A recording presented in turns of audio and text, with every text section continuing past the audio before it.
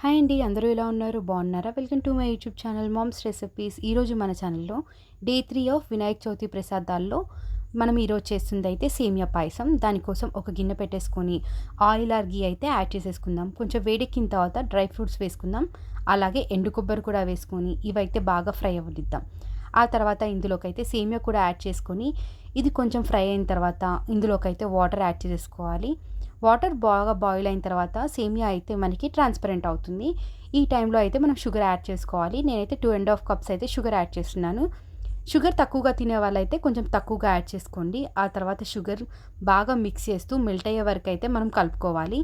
ఈ టైంలో అయితే కొంచెం ఇలాచీ పౌడర్ కూడా యాడ్ చేసేసుకొని మనమైతే 250 ml అయితే మిల్క్ యాడ్ చేసేసుకుందాము. మిల్క్ యాడ్ చేసిన తర్వాత ఒకసారి అయితే మనం బాగా కలుపుతూ మిక్స్ చేసుకుందాము. ఆ తర్వాత అయితే స్టవ్ ఆఫ్ చేద్దాం. అంతే, ఎంతో టేస్టీ అయిన సేమియా పాయసం అయితే రెడీ అయిపోయింది. Thank you. Please subscribe.